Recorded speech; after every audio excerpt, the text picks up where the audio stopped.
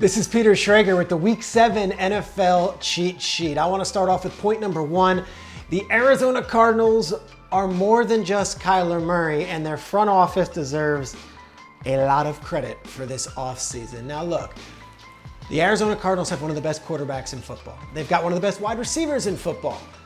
They also have a lot of veteran leaders that were acquired this past offseason. And when you go into a road game without your head coach, without your general manager, without Chandler Jones, without Rodney Hudson, and without a lot of chances based on the media pundits, and you go out and you win by 23 points and come out of there as victors, that's a credit to everyone in that locker room, but also the veteran leadership that got you there. Shout out to Steve Keim, the general manager, for going out there and paying J.J. Watt when a lot of teams were like, J.J. Watt might be on the back nine. For going out and paying A.J. Green when a lot of teams said, we're going to stay away from A.J. Green. His best days are behind him. This offseason, the Arizona Cardinals went out and got Watt. They went out and got A.J. Green. They went out and got James Conner. They went out and got Matt Prater, a kicker. And then last week, before the week was even over, went out and traded for Zach Ertz to add a veteran presence in the tight ends room. Yes, Kyler and DeAndre Hopkins are awesome. And yes, Rondale Moore and of course Isaiah Simmons and Zaven Collins are going to be superstars in this league. But let's not discredit what they did this offseason, bringing in the veteran leadership that helped lead them to a victory on the road in a hostile environment last Sunday. Shout out to the front office for getting it done and spending the dollars to bring in some veteran leadership. Number 2, Jared Goff. Go out there and have a day. What do I mean by that, have a day? Jared Goff is getting dragged in the media. His head coach is calling him out publicly at the post-game press conference. And Jared Goff is hanging around like an albatross around him, a factoid that will not go away until he changes it. He has never won an NFL game coached by someone other than Sean McVay. He lost all the games with Jeff Fisher. Jeff Fisher's fired. He wins with McVay. And now he is 0-6 with Dan Campbell as his head coach. Now he goes back to Los Angeles and everything's gonna be about Matthew Stafford and how wonderful this is after 12 years with the Lions. It's him versus Detroit and he's gonna have this parade and walk right through the Lions defense and win by 50, right? What if Jared Goff shows up into SoFi with that ragtag bunch that he's rolling with in Detroit and beats Stafford? I think this is a cool fork in the road moment for Jared Goff. No one's expecting anything, yet he's going back to a building where they told him, you weren't good enough. We needed to get better at that position if we're ever going to fulfill our dreams and go and win a Super Bowl trophy. I'm pulling for Jared Goff this week. I would like to see Goff have a nice afternoon and maybe shock some folks. Jared Goff, fork in the road moment. Go beat McVay and go do it in that building. Number 3, Sam Darnold. Now's the time. We need you, pal. Now look, I was critical of Darnold last week and then he went and had a 98-yard drive that should have been a game-deciding one for the Carolina Panthers. It could have been one where we carried him off on our shoulders.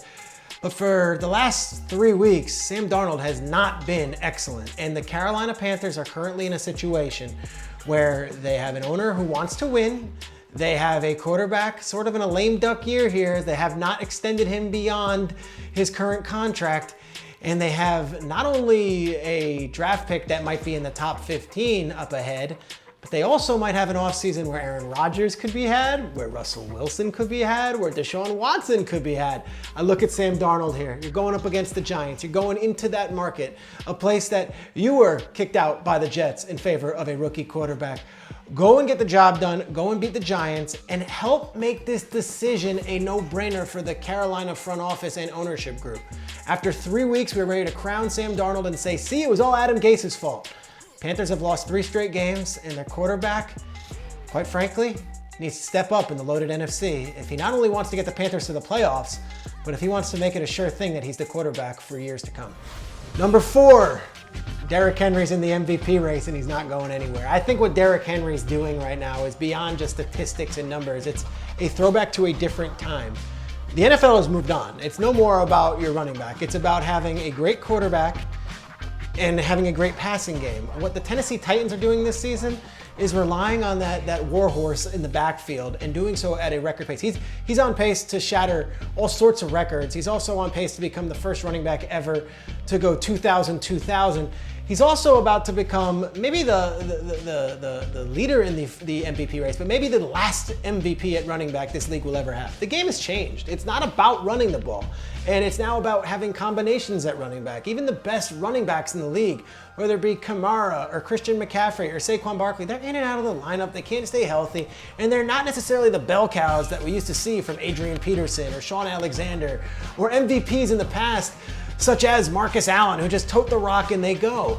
Derrick Henry's that guy. Derrick Henry is from a different time. He's from a throwback era. If the Titans can keep this up and continue to knock off opponents and get in the playoffs and do their thing, consider Derrick Henry not only as the best running back of his generation, consider Derrick Henry as an MVP candidate in an era where there are no running back MVP candidates. He's the last of a dying breed, and I'm here for it. Number 5. Okay, Jalen Hurts. Clock is ticking. I know, you've had some moments, you got a lot of stats, fantasy football owners love you came back all the way Thursday night against the Buccaneers, but now we've got the Raiders and the season on the line, and it's one of these deals where Philadelphia has a very, very interesting draft situation next year. Let me explain. They traded Carson Wentz, and in the Carson Wentz deal, they got Indy's first round pick if Wentz plays 70% of his snaps. He's on pace to do that. The Colts are 2-4. That could be a top 10 pick. They also traded Jalen Waddle, or the pick that was Jalen Waddle, the 6 to the 12. They moved back. They got the Dolphins' first round pick. The Dolphins right now are 1-5. That's going to be a top 10 pick. They also have their own draft pick. They're 2-4. That could be a top 10 pick. When you get 3 top 10 picks in the same draft, and that's what the Eagles might have, you might start looking at each position and say, what are we going to do here? Has Jalen Hurts made the statement that he is the long-term quarterback? Because if ever there's a situation, 3 top 15 first-round picks might be that situation where you package them, you go and get another veteran, or you just take the best college quarterback available, and that might very well be the situation. Philadelphia has not committed to the Jalen Hurts franchise face beyond this season, and they have 3 picks that I don't think anybody expected to be as high as they might be. The Colts, the Dolphins, and the Eagles. Right now, all those picks could end up being very lucrative ones, and ones that the Eagles might want to package together and go get their guy. That right there is the Week 7 Fox NFL cheat sheet, putting some pressure on some quarterbacks out there. But hey, Jared Goff, Sam Darnold, Jalen Hurts, you guys should be up to it. Let's go.